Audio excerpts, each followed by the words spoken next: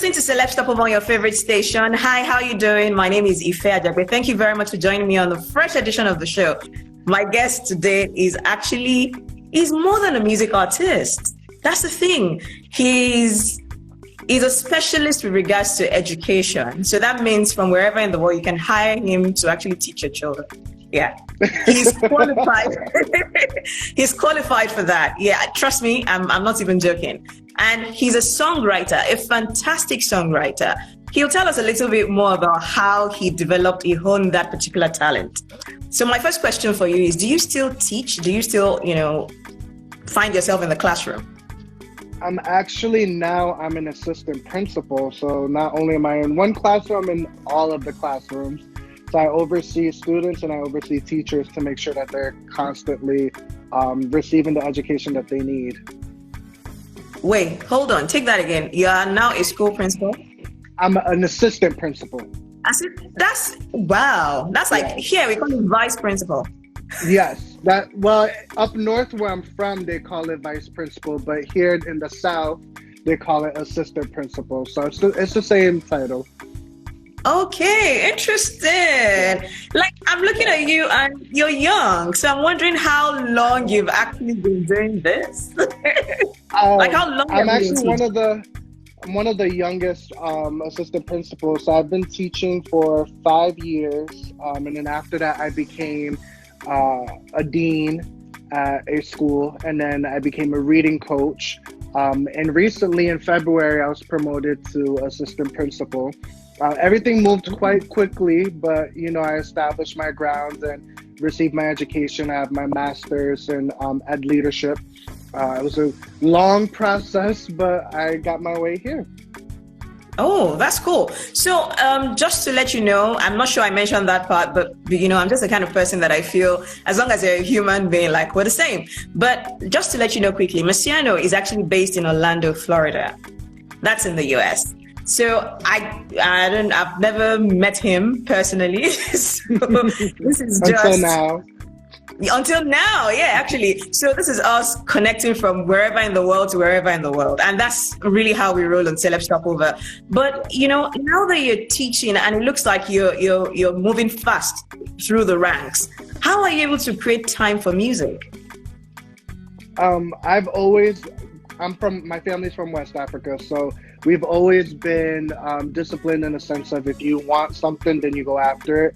A lot of people feel like they can't have multiple careers, but especially when I was a teacher, I wanted to show my students that a lot of them wanted to do sports, and I told them that's great, but make sure you always have a backup plan. Make sure you have another passion, just in case you gain an injury or something happens to you, you have a degree in something else. So my passion has always been music. I love music ever since I was a child, but I knew that career path is a little sketchy. It can be hard at times. So children have always been a passion. So that's when I went to school for education, just in case, if music doesn't completely work out, I have a backup plan for another passion of mine. Oh, that's great. Okay, so moving on to talking more about music, because that was the first contact for me before I got to read more about you and know that, this guy actually is a professional when it comes to education. So talking about your music, I know the story, but let's talk about how you decided to start singing, because you did a lot of songwriting for the longest of time.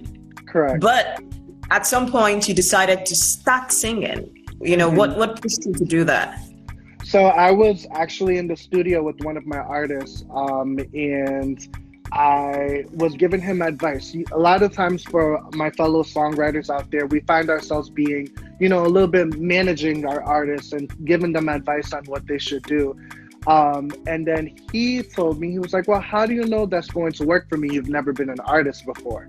And when he said that, I was like, you know what? You are completely right. I take criticism very well. So I was like, you are very, very right. So that's when I said, okay, let me be an artist for a few years. Actually, it was only going to be 1 year just to learn about the journey of an artist so I could be a better songwriter. But then once I started, I was obsessed. I love the stage. I love hearing other people sing my songs. And ever since then, I'm like, okay, I'm gonna see this through. I give up. Moving on. Moving on. So you mentioned the fact that your family was from West Africa. Where in West Africa? Half of my family's from the Cape Verde Islands, and my other family is from Cote d'Ivoire, or in America they call it Ivory Coast. So I've had the opportunity to actually visit Ivory Coast, and it's such a beautiful country. I haven't had the opportunity to go to the Cape Verde Islands, but I should be there. I'm hoping in a couple of years to just visit the island and see my family. Okay. So do you have an idea when your family actually moved to the US? My mom came here when she was 16. So that was some time ago. She came when she was 16. She came by herself and lived with her aunts. And she had like a whole journey, quite inspirational journey, and just making a life for herself here. So I'm super proud of my mom. If she's watching, I'm proud of you. Okay, there's something I notice about a number of artists. You know, there's the stage at which you're growing. You're starting off and you're making music and it starts to get buzz, a lot of buzz. And then, you know, the higher you go, the more work you have to do, really. Oh, so it means that there would be a level of disconnect with people that seem to be your regular people. Like, you know, the guys you hang out with, you know, people that are supposed to be your regular circle. You probably don't have as much time for them, especially if they are not doing music. So have you ever experienced that, and how do you think artists can deal with it? A lot of people think, you know, artists have been snobbish at that stage. I think that I've been able to remain humble through this process. I will say that my family and my friends constantly always say that I'm too busy.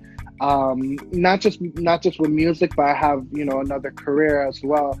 So oftentimes we see each other if we're taking a vacation together, or birthdays, or some type of holiday. But I want to say I've gotten better. If you ask my friends and family, they'll probably say no. They'll probably say I'm too busy. But one thing about me, I will always make time to send a text message or call you or FaceTime you to see how you're doing. I'm huge about mental health. So I'm always sure to check on my people and make sure they're doing okay, because I think it's so important. So if you cross my mind, I will call you and text you to check on you. I don't think I come across snobbish at all. I remained humble through this whole process because I remember where I came from, and it wasn't an easy life. So everything that I have now, I'm just so grateful to God, and I'm so humble and thankful because I did not expect my career to be where it is now with music and with education. So I'm very, very thankful about that. Okay, so definitely education pays the bills, but does music bring in money for you right now? Well, yeah, education pays most of the bills, pays all the bills. I will say my live shows, I've been able to, you know, get a few checks here and there from there. Your performances is where you make most of your money. You don't make money from your actual music. So that has been where I was getting my money. Now with the pandemic that we have going on, several of my shows were canceled. And unfortunately, I wasn't able to hit the stage. And it's been more just the money for me. It's not, if anybody you ask, they know that's not about the money when it comes to music. I love being on stage. I love performing. I love making people dance and hype and letting them come on stage or sing with me. So that's what I missed the most. And that's what I was sad about when those shows were canceled. Now, I would like to know where you trained. So I think there's some level of skill that you have. I was just telling somebody recently, like, whoa, the amount of work you put into your website, the details, the way you segment it, your history is long, to be honest. But I like, you did this in such a beautiful way that it will be interesting for anyone that goes to your website to read. So did you receive any sort of training with regards to how to, you know, package your music and make your brand really appealing? It's interesting that you said that because I created my website on my own from scratch. Wow. I have not had any digital media background, but I am a big reader. So I just, opened up a book on creating websites, read it, and read articles. I watched a lot of YouTube videos. But I think it's important to study. I'm a lifelong learner, so I never stop learning. I never feel like I know everything, and I am very curious. I want to know everything. So I'm constantly looking at what is being done in the world and looking at what others are doing, and then I see if it works for me. And that's what I feel helped me in a long way.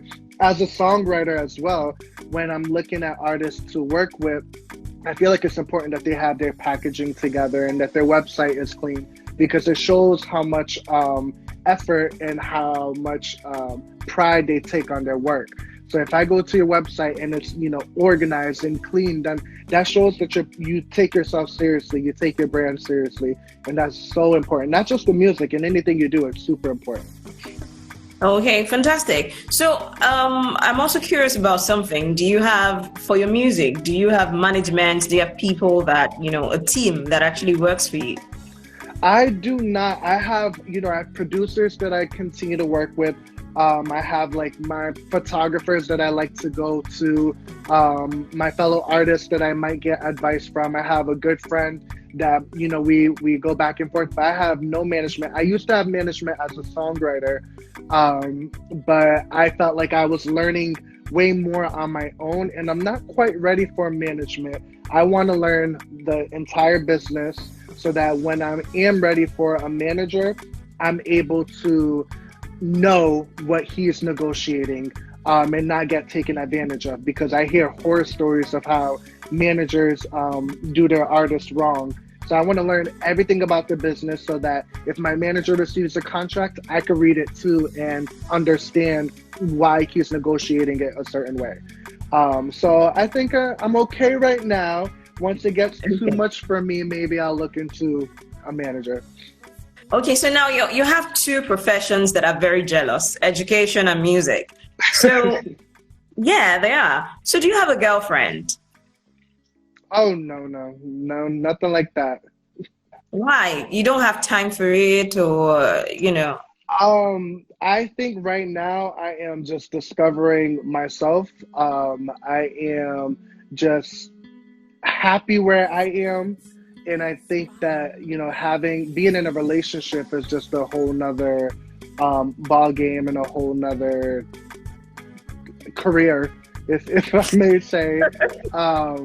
So I'm just super focused and just getting to know who I am as a person.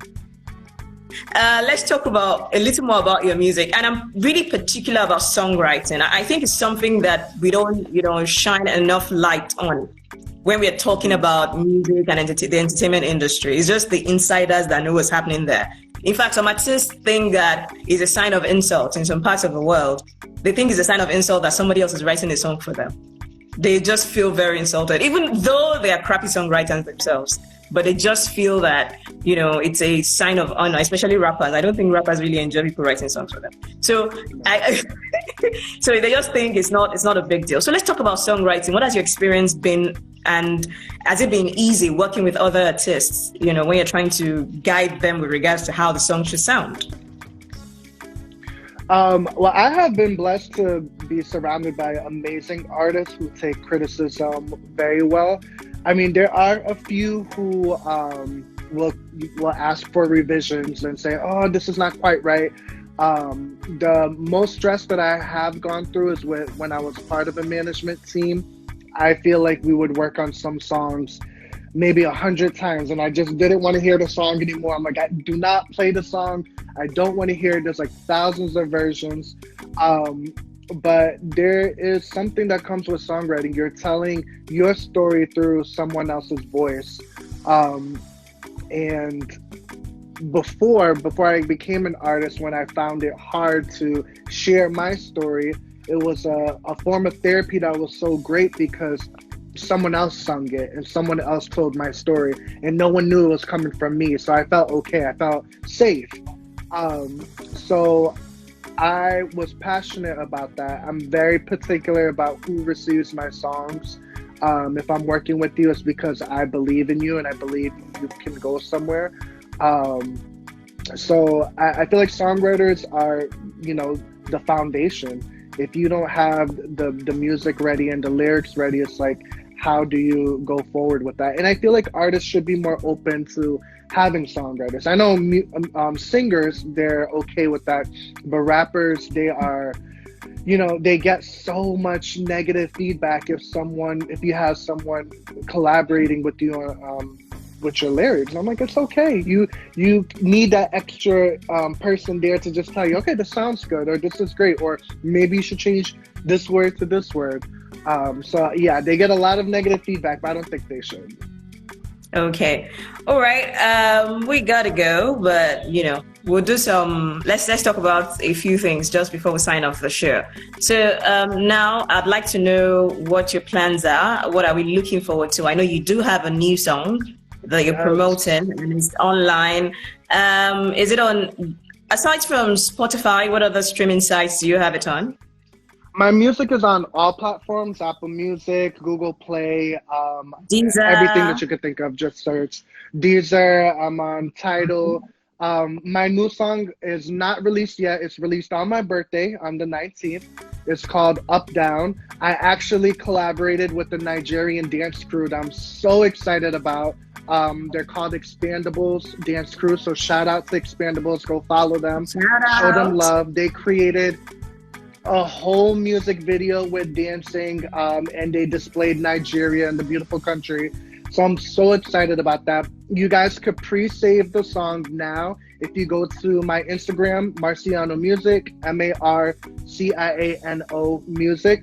On my bio, you could click the link and save it now, so that once it's the 19th, you automatically have the song. And I'm releasing the video on the 19th as well. So I'm so excited about that. Make sure you guys go get it. Show your love to Nigeria, and it'll be a great birthday present for me. I'm super excited about it. It's a vibe. It's a great song. I wrote it completely. So I'm excited. Okay, but right now we're going to be signing out with a different song, right? I'm Just Me. That's the song we're signing out with. Yes. I love that song. It's a classic. And it's inspirational, but it's quite upbeat. And so you could decide whether you wanted to dance or you wanted to listen. Yes, that song was written about just being yourself and not caring about what anybody else talks about you, and just being just you. I'm just me. So a moment in life where you always feel like you have to change yourself, you don't have to do any of that anymore. We're in 2020. You could be yourselves now. I agree. All right. I wish you all the best. Are you looking forward to virtual shows? Because it looks like going out for now might not be realistic. Like going for shows for now might still be, something we have to hold on. So are you looking at a situation, where you do a virtual show for your fans?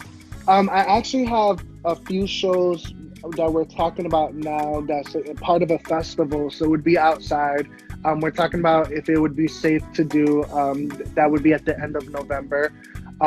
Virtual shows are just not the same for me. I can't see people, so I'm trying to make it in a way where I would feel better doing it. So right now I'm just seeing how that would work, but I definitely have some shows planned out for that, and I'm excited about that.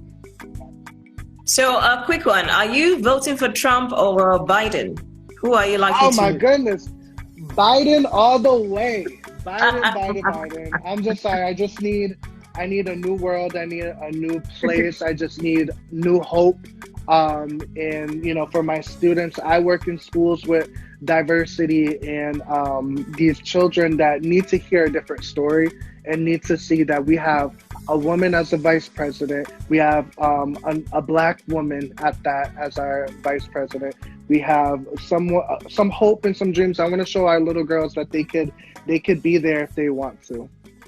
Okay, interesting. All right, thank you very much, Marciano. It was great chatting with you on Celeb Stopover. Thank you. I see there was a question about 116K. Yeah.